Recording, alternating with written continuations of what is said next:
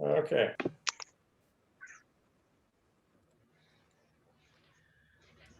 All right. Good evening and welcome to the 5th event in our speaker series, the local Nanaimo and RDN solutions to the climate emergency from the Nanaimo Climate Action Hub.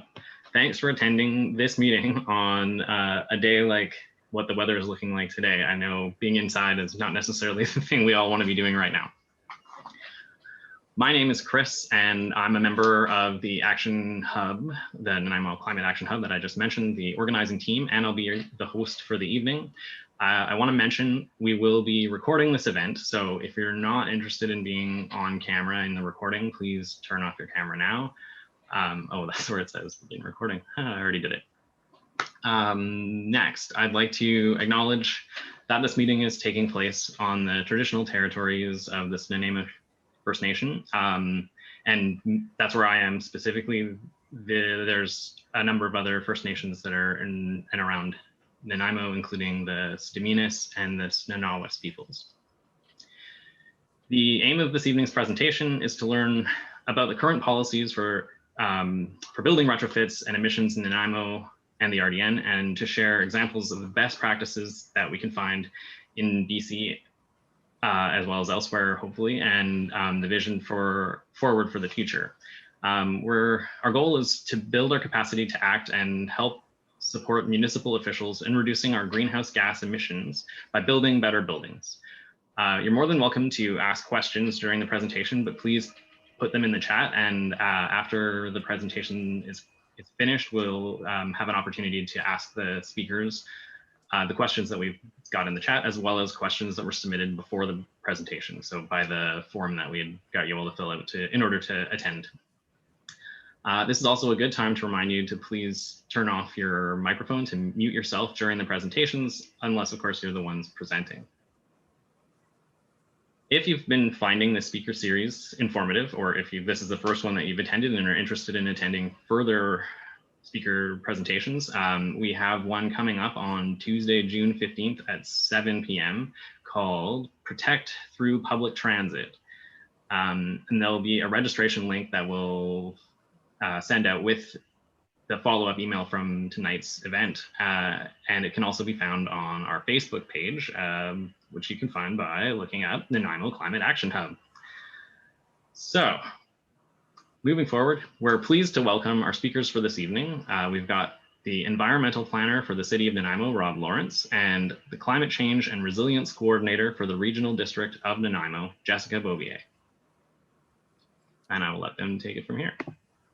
All right, well, thanks so much, Chris. We're both very happy, very pleased to be here and have a bit of a discussion and go over a little bit of some of our current policy and maybe reflect around other communities in the province on best practice and take some of your questions and have an interesting discussion about building efficiency and what we can do to improve where we are, and thinking about things like Reimagine Nanaimo and how we can build better policy to move this along and reduce emissions over the next few years. The agenda is really based on some of the comments we had from, I think it was Samantha, one of the organizers. So, and it's really kind of looking at some of the policies and plans from the regional district and the city for GHG reduction and new development retrofits. And we'll touch on a few of the points on there that are listed, and then looking at some of the best practice gold standards that might be out there that we could strive for.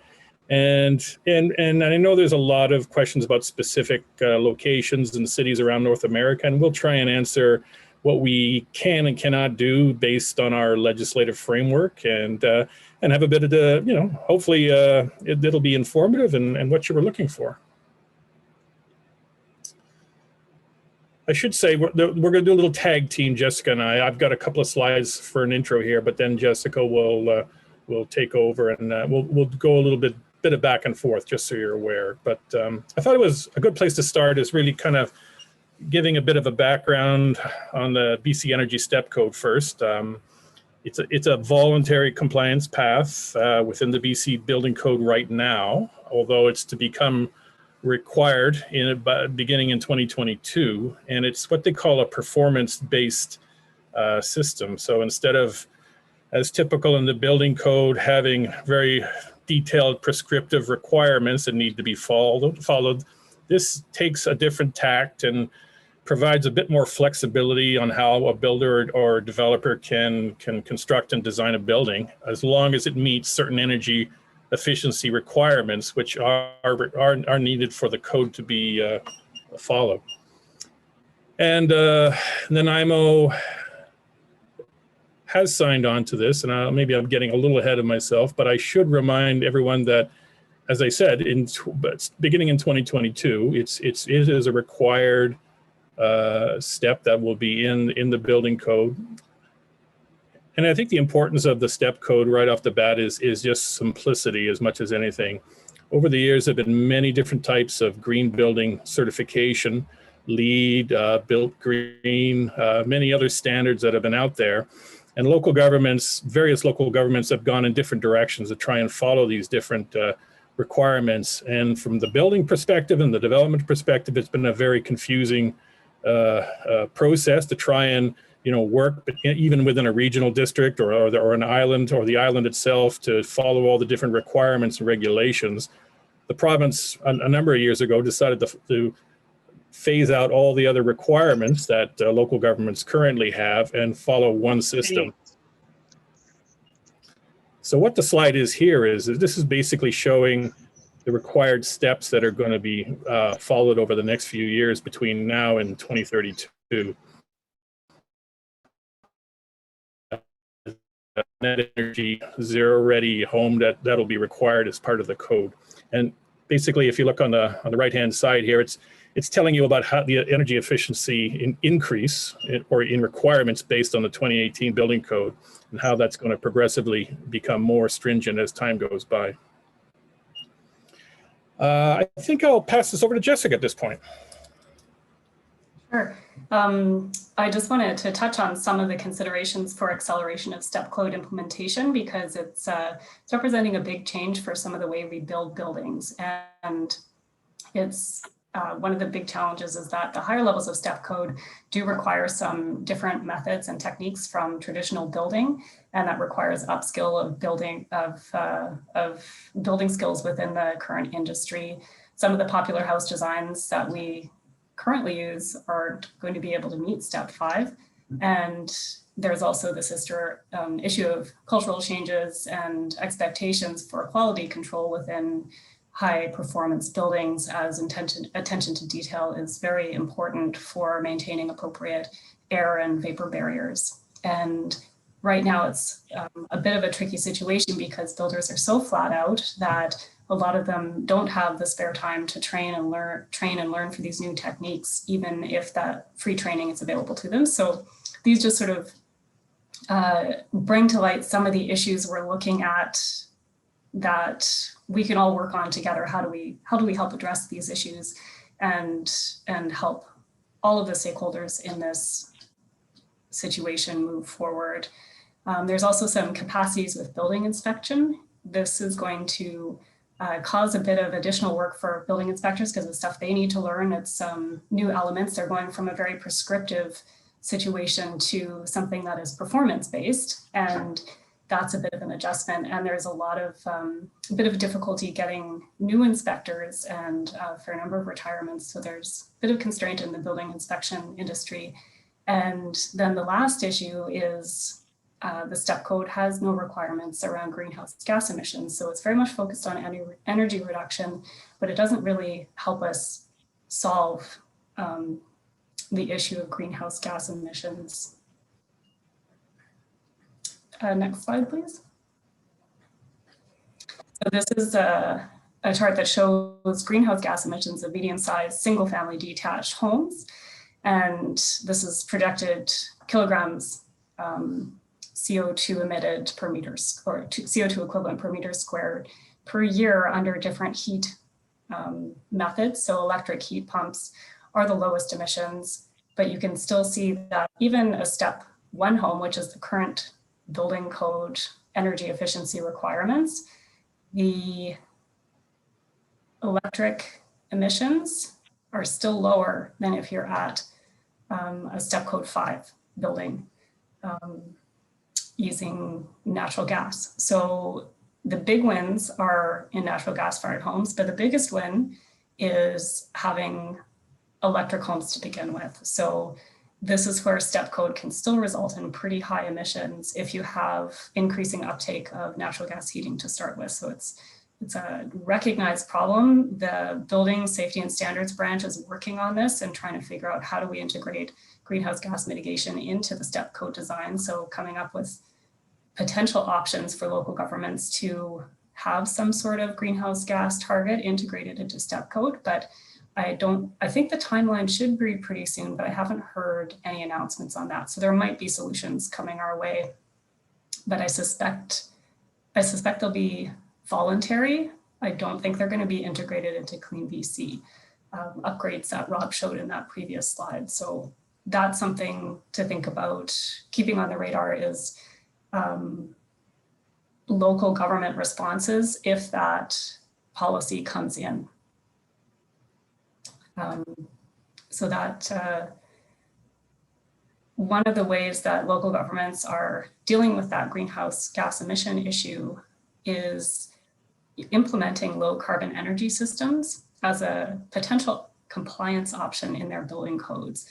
So District of West Vancouver, for example, is probably one of the leading jurisdictions in this area where they're requiring all new buildings to meet step 5 or step 3 if using a low carbon energy system. So the builders who aren't confident in building step 5 or people who are uncomfortable with upfront costs, they can still take a step 3 level of compliance if they use something like a heat pump or electric heating and avoid use of natural gas. So that approach includes a set greenhouse gas intensity that each building would be able to emit. One of the other ways that's being supported is New West, where they have established Energy Save New West, which is a city-owned organization that's dedicated for increasing energy efficiency of new and existing buildings and provides a bit of a one-stop shop for builders and residents in implementing step code.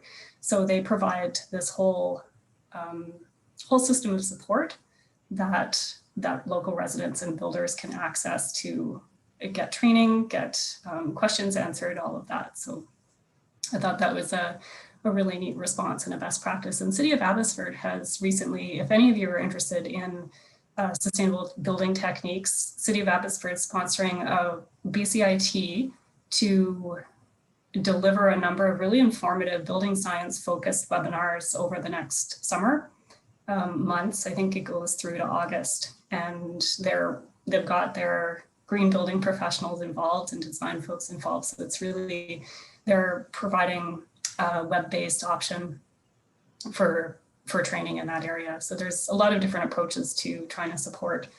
And then just some other approaches to outside of step code, options for other ways you can encourage sustainable building. So one of those is prioritizing development building permits for sustainable buildings and developments.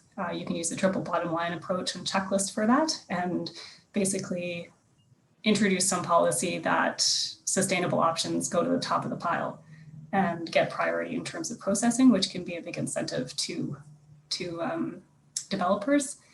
And then others are incentive-based programs, so refunds on building permit fees for higher step code buildings. Comox Valley Regional District does that.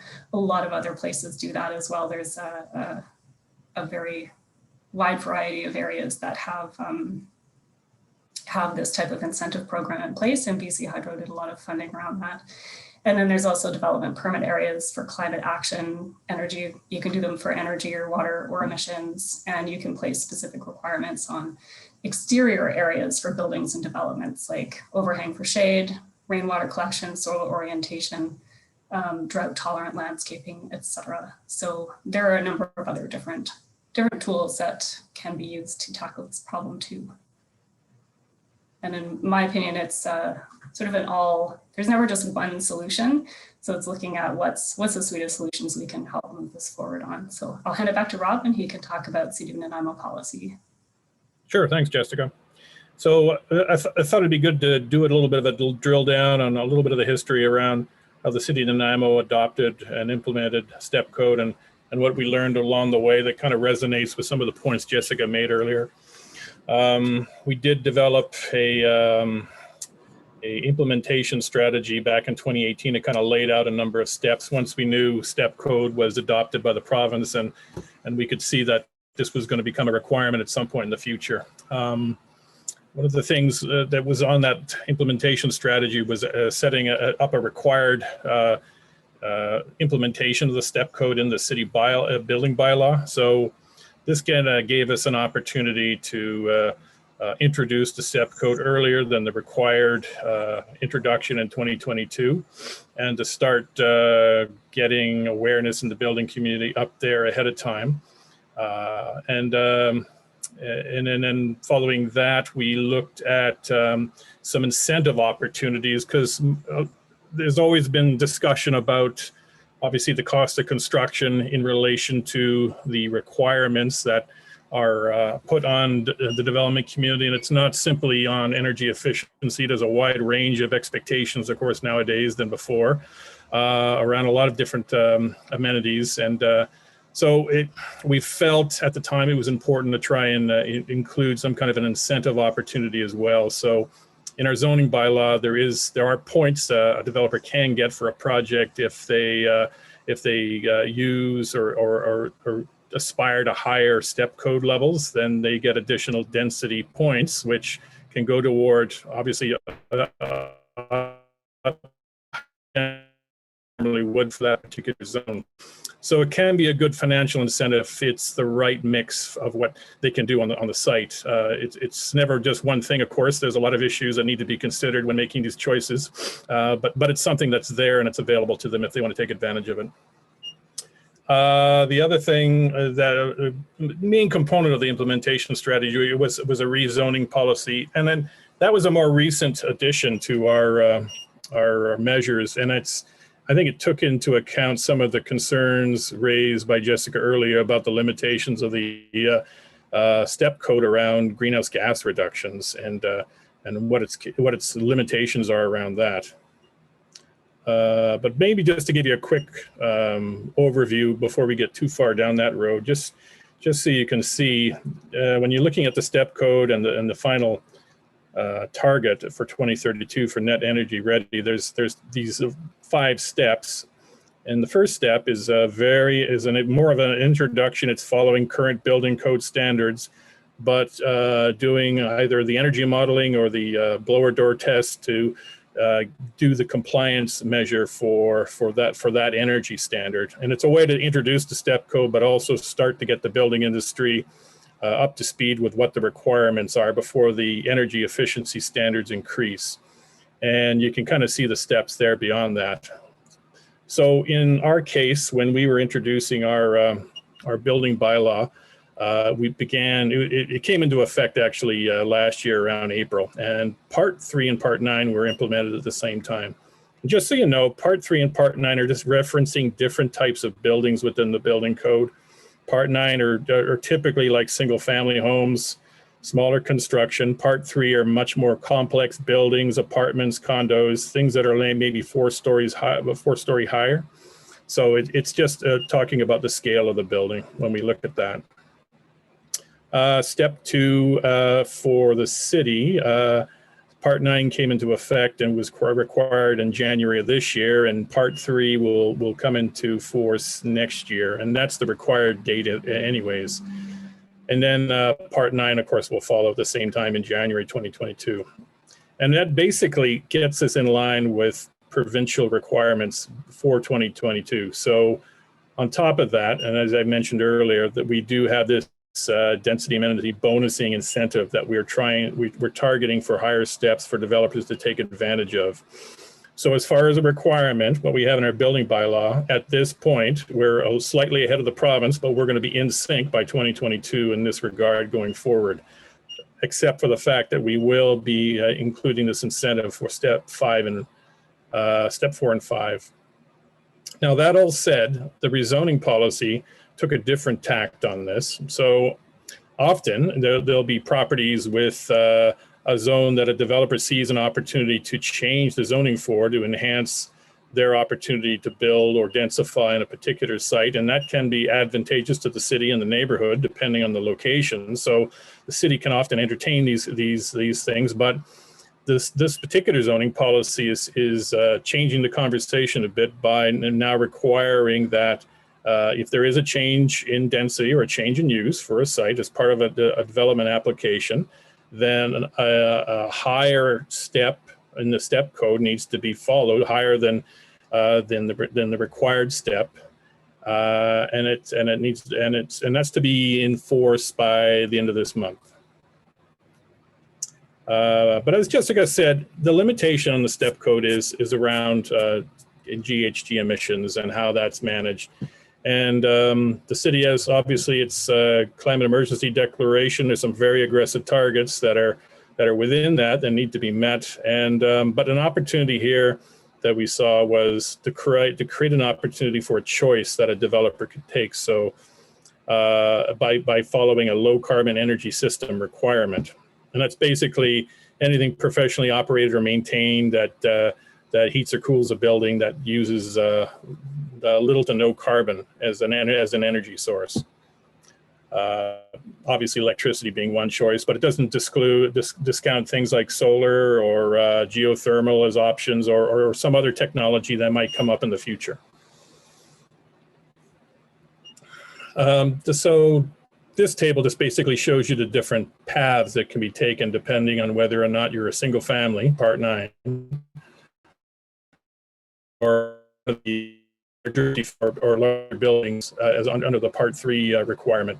And it just illustrates what I was mentioning about choices, about whether or not, depending on where they are in the implementation of the step code, they would have to choose a higher energy efficiency step for that particular year, or follow a low carbon energy system path where they have to have put in a legal agreement to confirm that they will install a system that is low carbon and has to meet a greenhouse gas intensity threshold. So it's basically a standard that we would set that's based on the floor area that manages how much GHGs could be emitted in the building over the course of a year.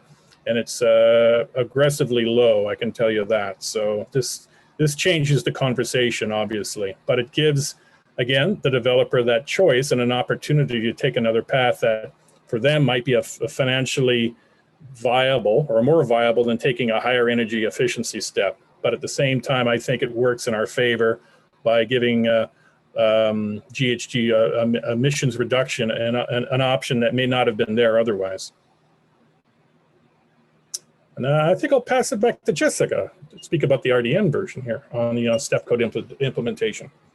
Sure. So the regional district in Nanaimo, we haven't implemented step code, and they're waiting for the BC building code update in 2022, which will take us to step 3.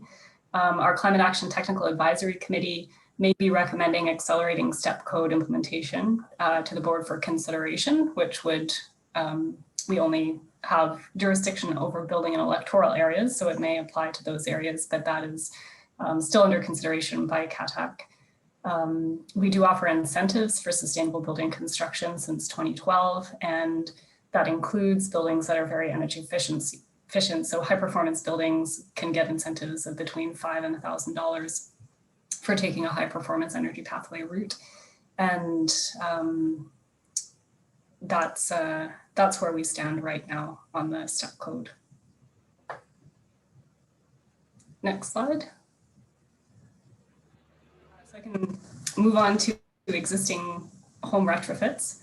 And this is one of a great area for opportunity because it's a very large pool of emissions. About 50+% of our 2050 building stock is already built. So we do have to tackle this if we're going to make meaningful reductions in emissions from the built environment. And the highest emissions reduction potential in the residential build sector comes from the conversion of oil or natural gas heating to electric heating, just because our grid is very low emission, and that's in the space and hot water area. The trick with existing home retrofits is it's a little more difficult than the new builds because we have limited jurisdictional power.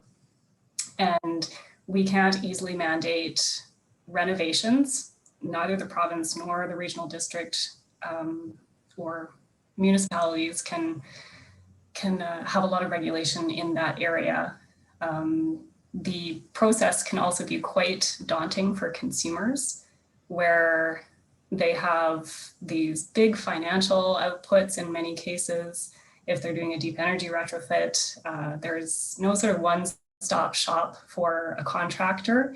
It's often dealing with a lot of different disciplines, and it can also be a bit more of an involved process because you have humidity and airflow issues that develop when you retrofit an old house, where previously humidity was managed through uncontrolled leakage through doors and windows. So there's a bit of a sophisticated building science approach that needs to be integrated into deep energy retrofits, and it can be a bit of an intimidating experience for consumers. And that includes even the current rebate programs. I spend a fair bit of time helping people navigate existing rebates and pointing them towards programs, and just even that aspect of it can be a lot. So there's a number of different challenges out there, and one of the major ones, particularly in the rental market, is the idea of split incentives, where the homeowners end up paying the renovation costs, but the benefits of lower energy costs are enjoyed by either a subsequent owner if the owner sells before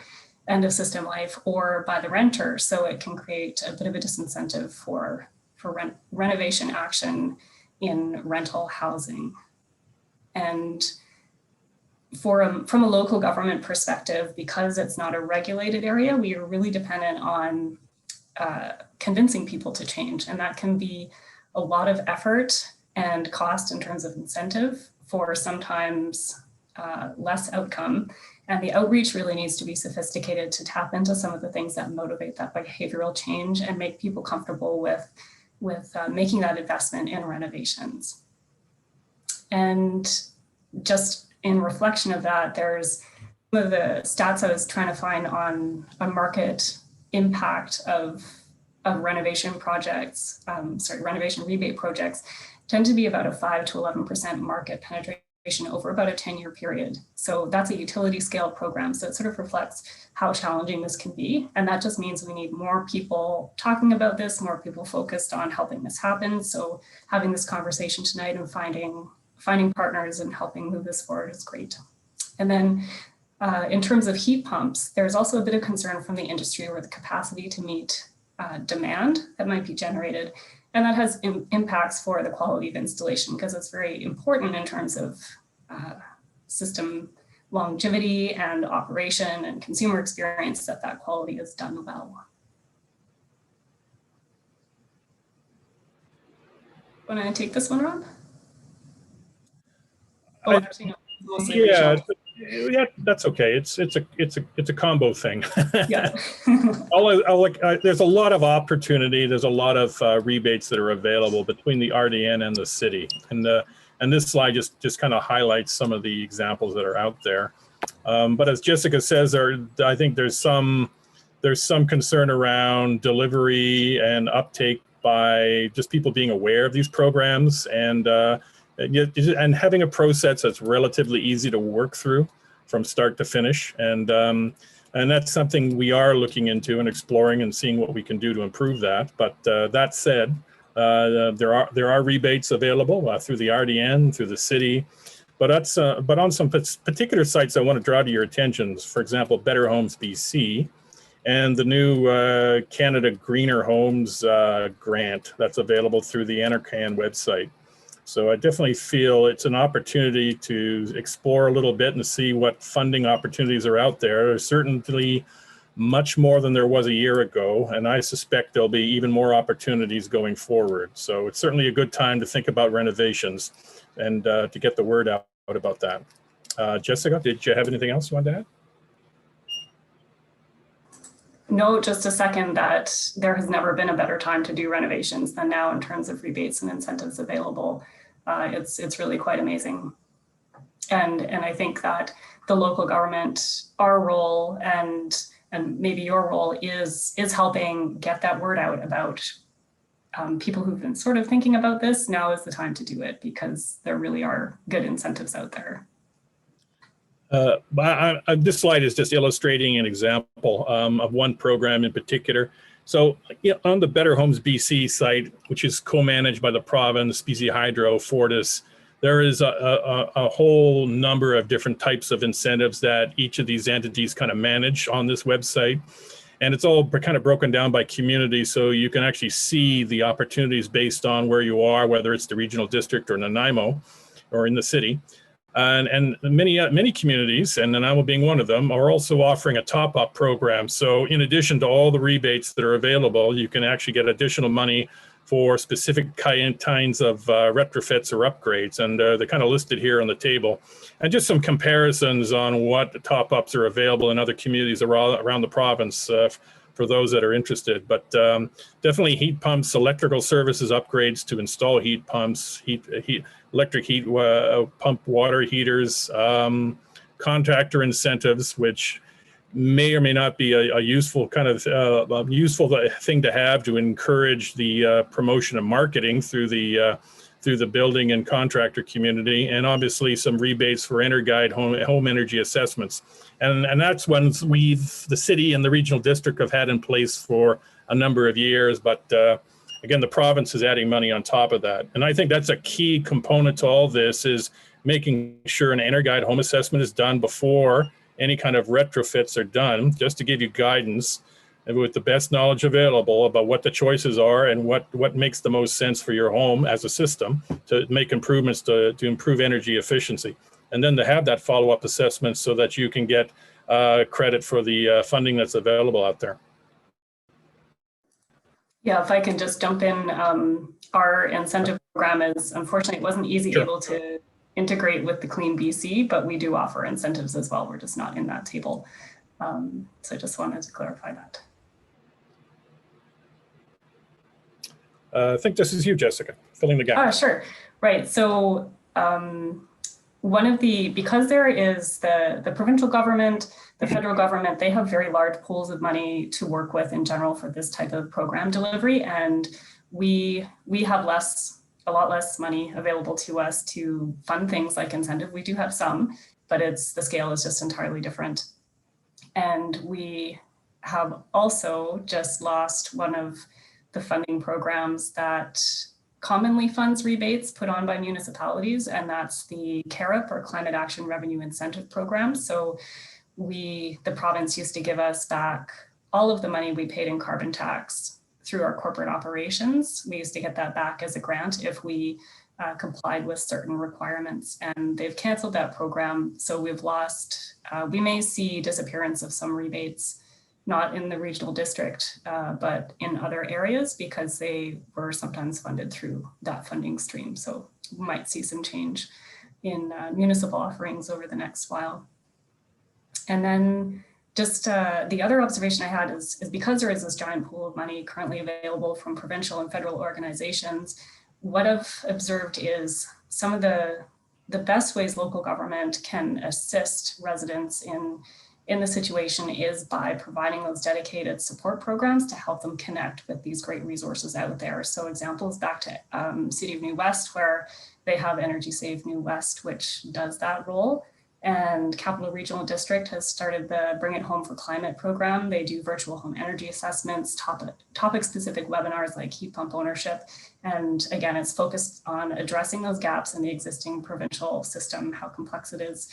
District of Saanich is piloting local improvement charges for financing oil to heat pump conversions, which is a low or no interest loan paid back through property taxes. And the loan obligation stays with the property, which addresses that issue of split incentive. And this is in a legal gray area in British Columbia right now. So if you've heard of property assessed clean energy, this is essentially the same thing. And Central Saanich is doing this in cooperation as a pilot with the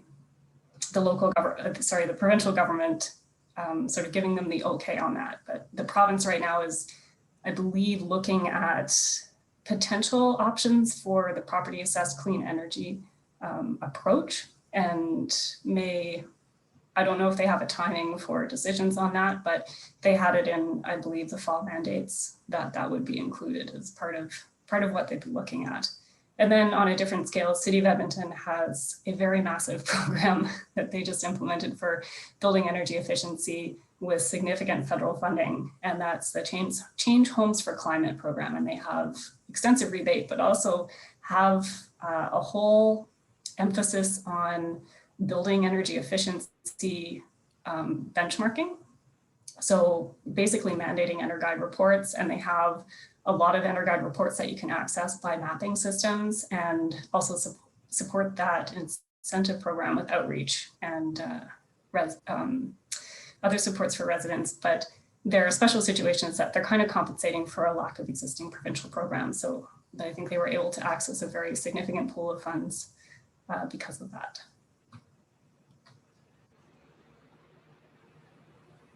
Right, so just some notes on given the external circumstances, how you could best help in this area. And that's really spreading the word about the rebates, social media, your friend groups, doing these types of webinars to help get the word out, spreading the word about co-benefits too, because not everyone's motivated by climate, and connecting people with some of the other benefits that come with home energy retrofits, like comfort, energy savings, better indoor air quality if you're taking a good building science approach, and those types of things that can sort of appeal to a different demographic that might not be drawn by climate.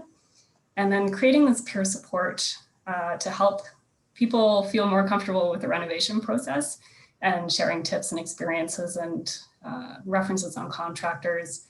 If you know local green builders, helping promote them and get the word out about their services, and then really keeping the climate and sustainability issue on the agenda. I think that might be it. All right. Yeah, that's it, Jessica. So thank you for being patient and listening to us, and hope that helps answer some of your questions, and we're happy to take any questions you might have right now. Well, I first want to thank you both, Rob and Jessica. That presentation there was so much information packed into that. I know that there were a number of questions that we had received on the invitation, and I think you've addressed many of those that were asked in advance. But I know during the presentation, a number of questions popped up, including some that came into my own head. So we've been organizing some questions on a spreadsheet here. Let me bring it up, and I can start asking some of the questions. I'll see if I can hit the ones that you maybe didn't get to yet.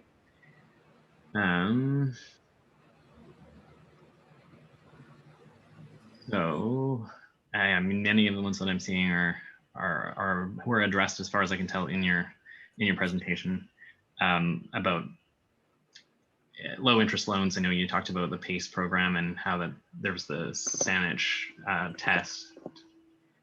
So yeah, so continuing. Yeah, and Clean BC does have a low interest loan program, I think up to $40,000 for heat pump conversions. It's quite significant. I don't know anyone who's used it, and I haven't received inquiries about it, but it's a large amount of money for potentially zero interest sitting there. For sure.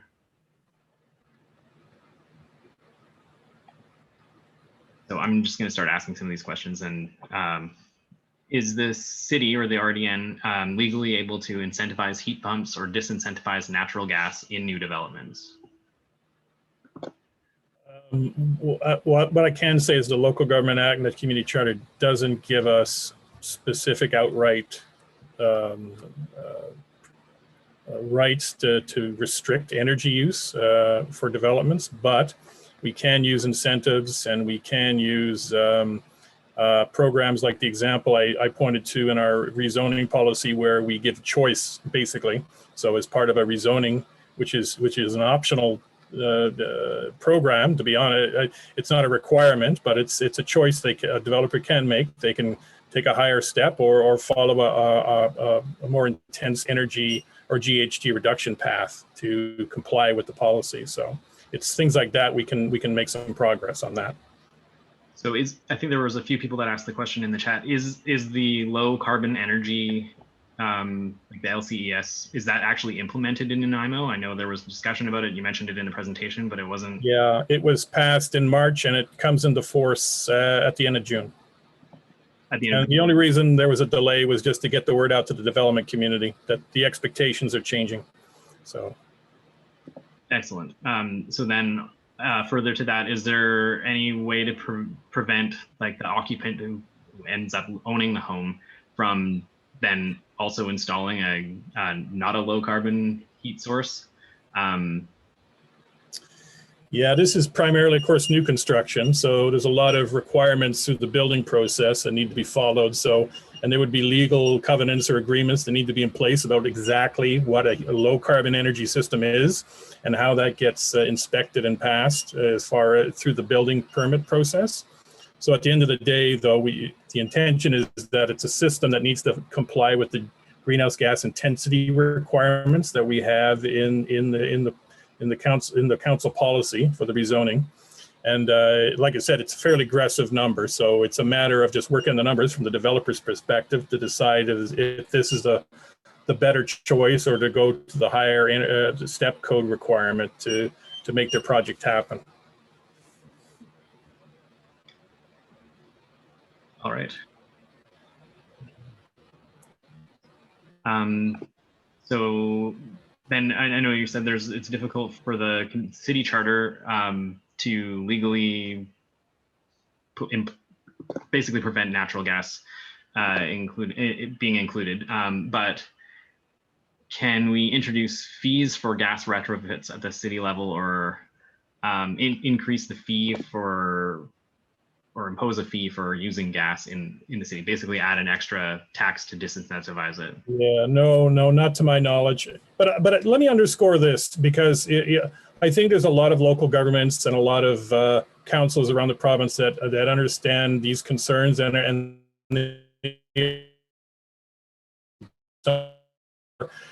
groups that are out there, like there's an organization called Help Cities Lead, which is trying to advocate for a lot of changes to what the province can allow around greenhouse gas emissions reduction, about the powers that a local government can have to monitor and track and benchmark greenhouse gas emissions for new and existing homes, plus look at the PACE as a financing option. So there are communities, there are councillors out there that are advocating for this and trying to get the province to move on some of this to allow more of this power on a local government level to happen. So. Okay, thank you. So I know that it was mentioned in the presentation that the STEP code only addresses energy efficiency and not emission reductions, and then that you've been working on adapting the STEP code to include low carbon energy and all that sort of thing. Who is it within the city and within the RDN that makes the decisions for that? If we're wanting to further advocate for in the future, that kind of thing, I'd like to hear. Do you want to start, Jessica? Sure. In terms of implementing STEP code with a low carbon energy system, it would ultimately be a political decision as to whether or not that was acceptable to the elected officials, because they're the ultimate decision makers, and we can come up with solutions and report on available options for them to implement. But they're the ultimate decision makers in this. And then there are, at the provincial level, there's the Building Safety and Standards Branch, and I can't remember if STEP Code Council is independent, I believe, advising on STEP Code, but the Building Safeties and Standard Branch, if you want to lobby at the provincial level, that's where they're doing this work and this research. And that would be the place to have that conversation and let them know your support for that type of action. Excellent. So the next question here is, could the STEP code implementation schedule cause developers to accelerate their permit applications before higher standards take effect? Could this lead to an even bigger backlog of permit approvals? Good question. I would assume if it was enough of a concern, some of them would do that. But to be honest, it's already extremely busy and extremely tight now. And I don't know if trying to be any quicker is is going to be any quicker than what's going on right now. That's my short answer. And to be honest, building staff and planning staff are working at full capacity because there's just a lot of applications, a lot of development activity going on all the time right now. It hasn't gone down, it's gone up. So, but I don't think it's tied necessarily to any of the climate action measures that we're talking about here. Fair enough. And yes, I can see that there's definitely a lot of building going on in the city.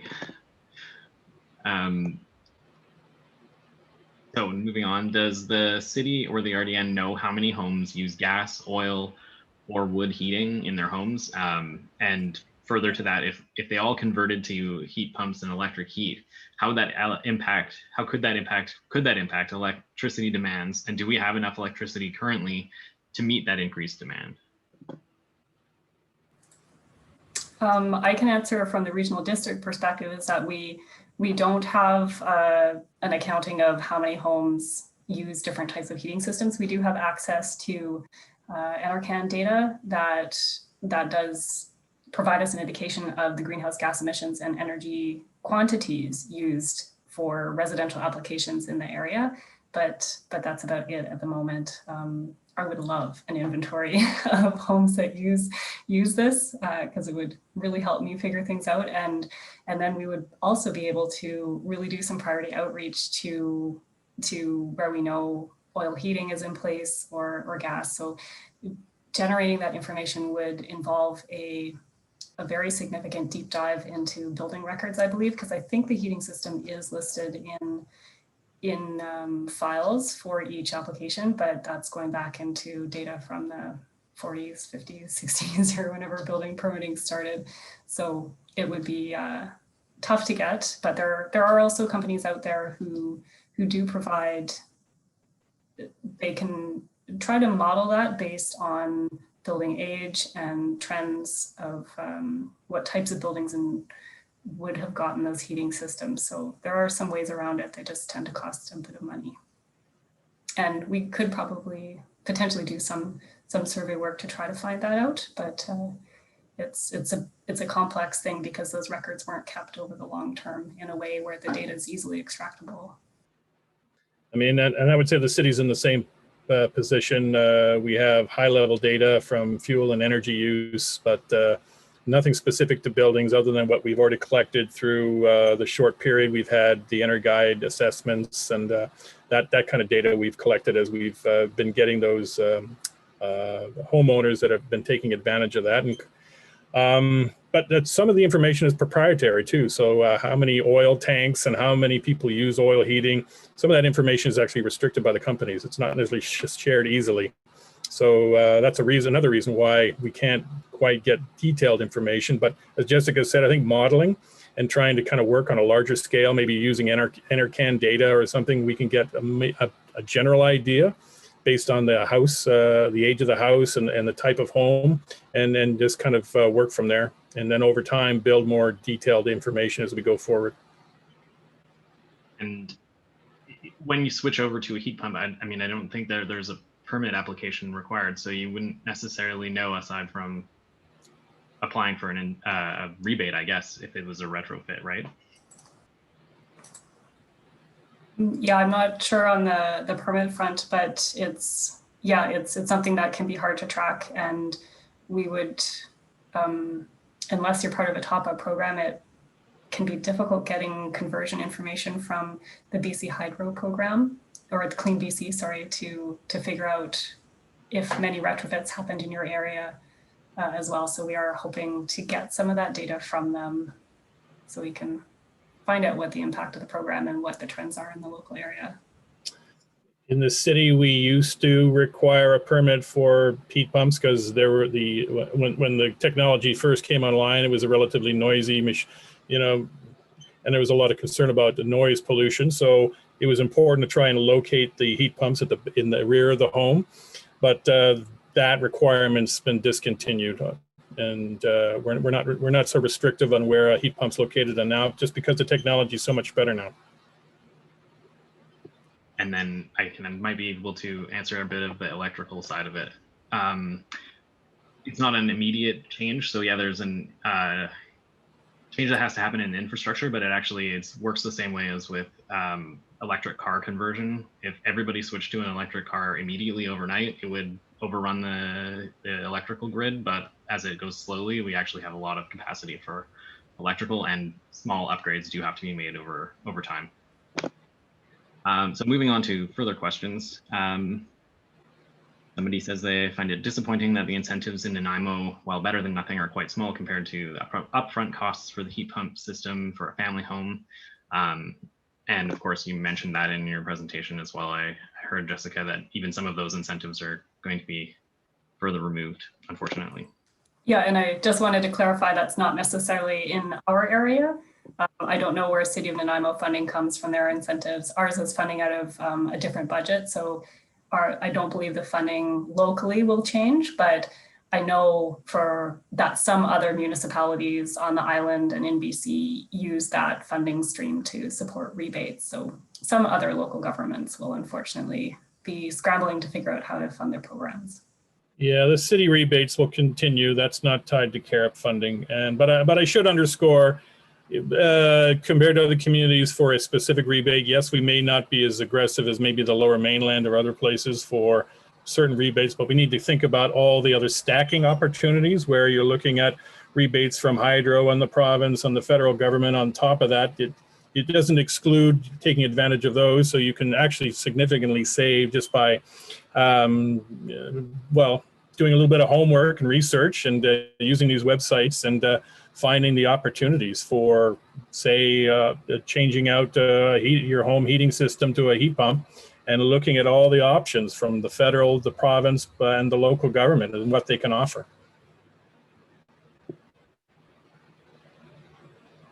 Sure. And further to the rebates, somebody said Tyler and Ben have acknowledged that rebate uptake has been weak. How do we get more people to take advantage of the rebates that are available? And I think you mentioned word of mouth, that kind of thing. Really, having webinars like this is really kind of the answer on that one, unless you have anything further. Yeah, well, yeah. I would, sorry, go ahead, Jessica, sorry. Oh, sorry, you both jumped in there. Yeah, for me, it's really, it's a complex behavioral change issue, because it involves a lot of, sorry, losing my voice, that cost and risk can make people really reticent around it. And the outreach, investing in good outreach that is targeted and informed by your audience and their goals can help go a long way. So I'm trying to look at how to increase the sophistication of our outreach programs around rebate promotion, which I unfortunately haven't had a lot of time to do, but I think that's part of the issue is putting in decent money into advertising and promotion and outreach to get that behavioral change in areas where we can't directly regulate. So I think that's a pretty key part.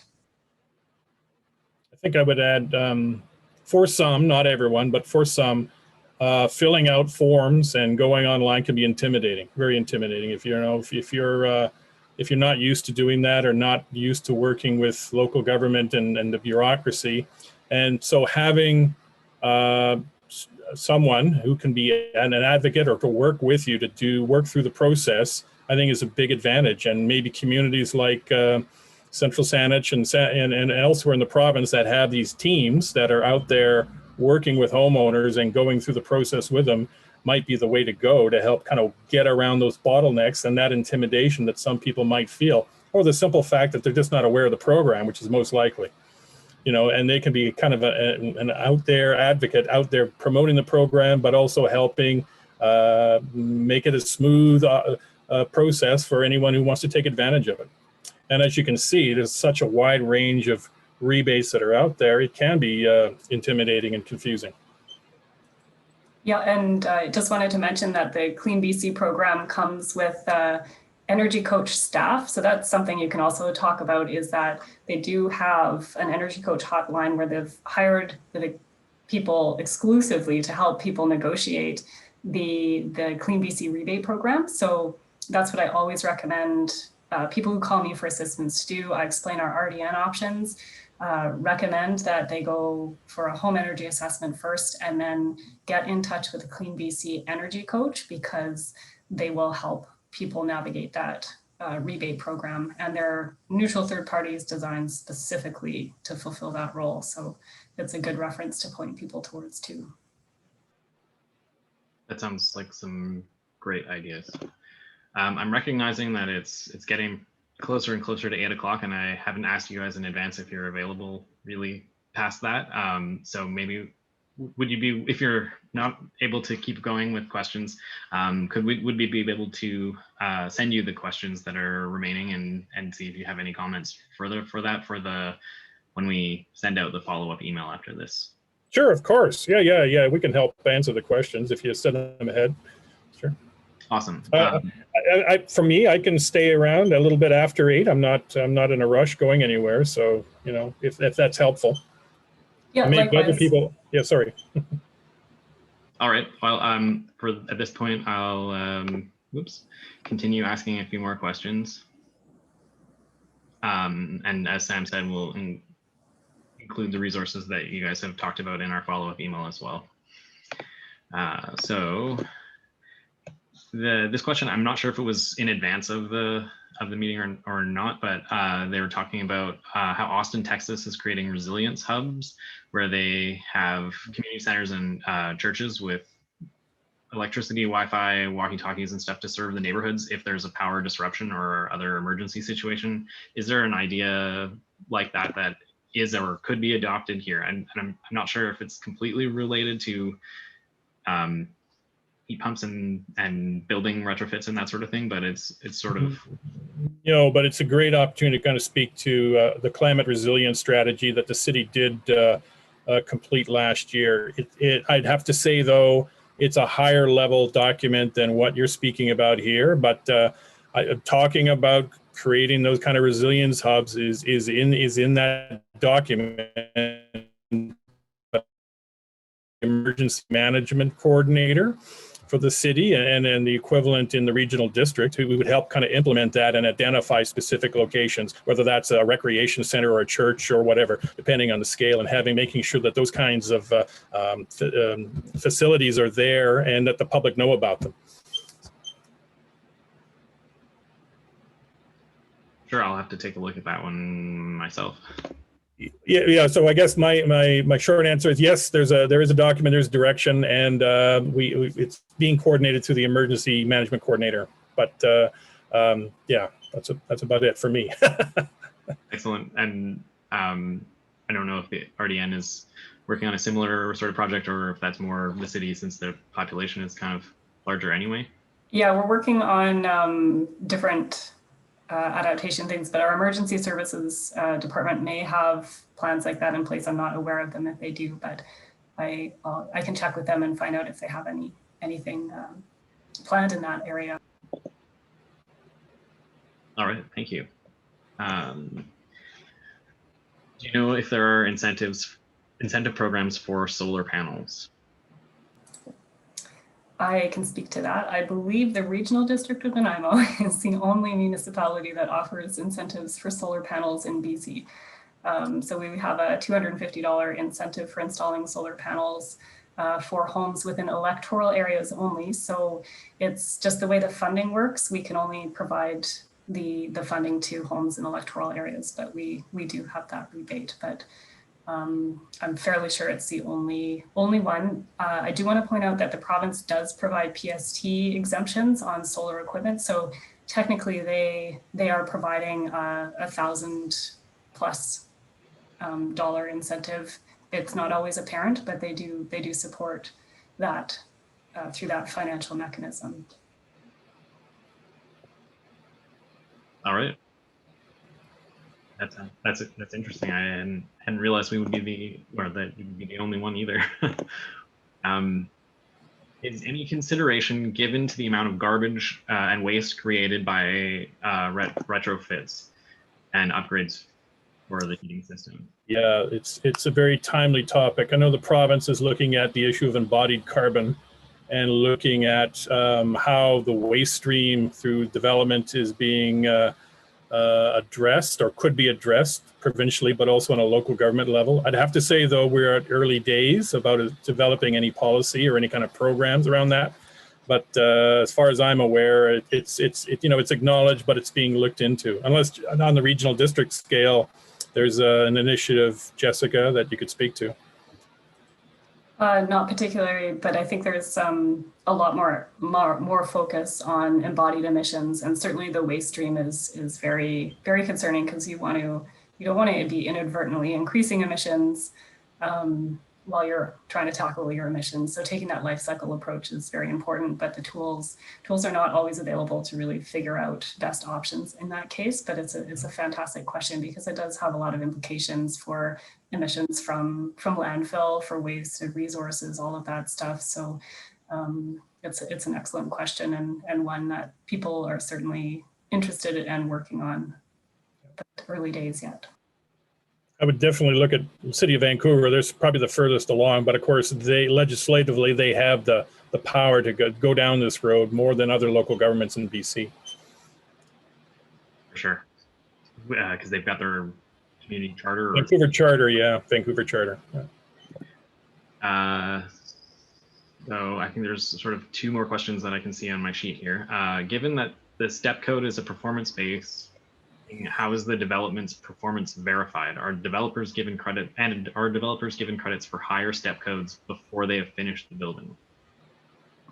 I can say that depending on the scale of the project, so if it's a larger project like a Part 3 building, there's an energy modeling that needs to be done, and there's certain check-ins during the building project that the architect would follow and be required to report back to the building inspection staff. If it's a smaller construction, it's likely a blower door test, and that's done halfway through once the frame of the building is up and it's airtight. And again, it's done again at the end of just before the building is and ready for a final permit. So yeah, it's done at 2 steps for Part 9 buildings. And those are the requirements for following the step code. So either the blower door test or the energy modeling can determine the energy efficiency of the building through those two methods. Yeah, and those services are provided through the use of energy advisors. So they have to be an integral part of that building process now, and they basically submit this performance package as proof of compliance with a specific level of step code as part of the building permitting package. All right, thank you. And the final question that I have on here, unless other people are asking further questions, has there been any talk of banning wood stoves in the city or in the regional district to reduce air pollution and greenhouse gas emissions? Yeah, well, there has been calls for banning, yes. There is, though, a concern about affordability of heating and the accessibility of wood as a heating source, and that consideration has been around for many years. That said, yeah, other local governments around BC have put in restrictions, and I think Montreal is a great example of a total ban, which has been in place for many years. But I think it's being monitored. I can tell you that. We've been working with Vancouver Island University, and they've been doing some neighborhood scale emissions testing that they do every 3-4 years. So we've been trying to monitor the success of the wood burning rebate program, or wood stove rebate program, because the intent of that, of course, is to switch out or encourage homeowners to go to other choices than a wood stove, and to give them a financial incentive to do that.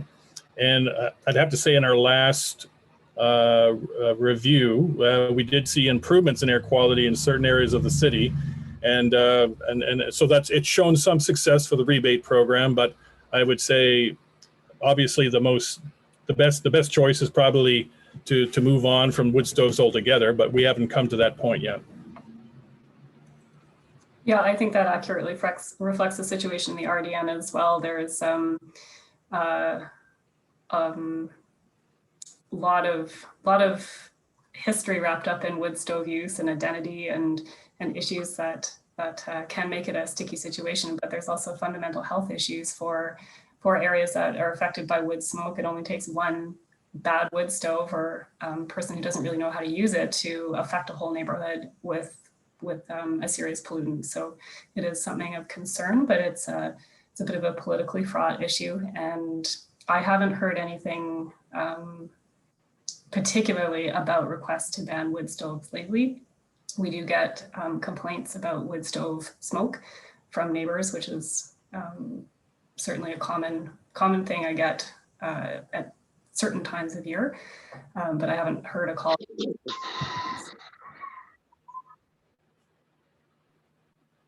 All right, and I think there was sort of one more question that I may have skipped over previously. How is it that builders and that builders are trained to meet the next set of STEP codes? Like how do they learn, especially if they're so busy right now?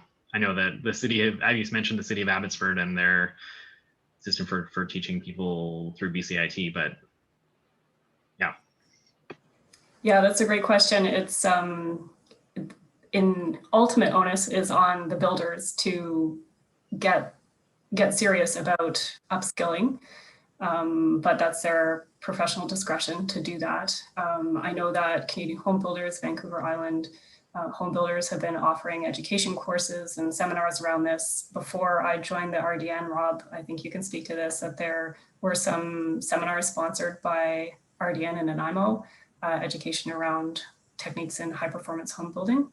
And where I would really like to see things integrated is getting these techniques now into all trades training, because it really is a bit of a different approach.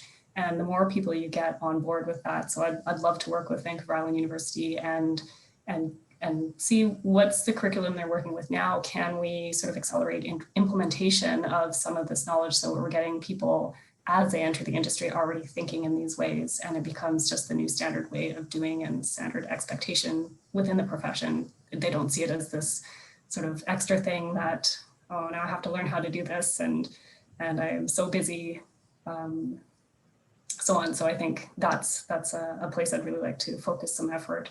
And then providing as much flexible learning informed by the needs of the building community. I think with people who can provide them meaningful experience and implementation, because it's so important to have someone who's done this before, who's familiar with the techniques, who's not just an academic telling them that this is what the modeling says, but actually helps inform on practical implementation. That makes a lot of sense. And yeah, that sounds like a great plan to work with the university to make it part of the curriculum and just make it the way that it is rather than what's coming up. I don't know that I've seen any more questions coming up. So at this point, I think we'll be ending. I want to thank you both. I know that lots of people in the chat have been saying that as well. Thank you very much, Rob and Jessica and everybody that's in attendance here. It's been really informative, and I know I'm going to have to watch through the recording myself just to see all of the things that I missed while I was reading up on other things or listening.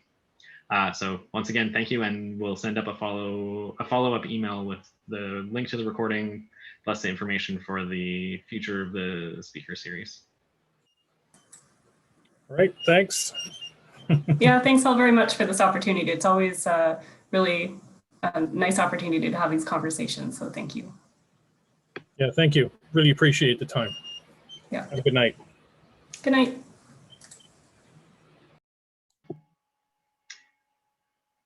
Good night.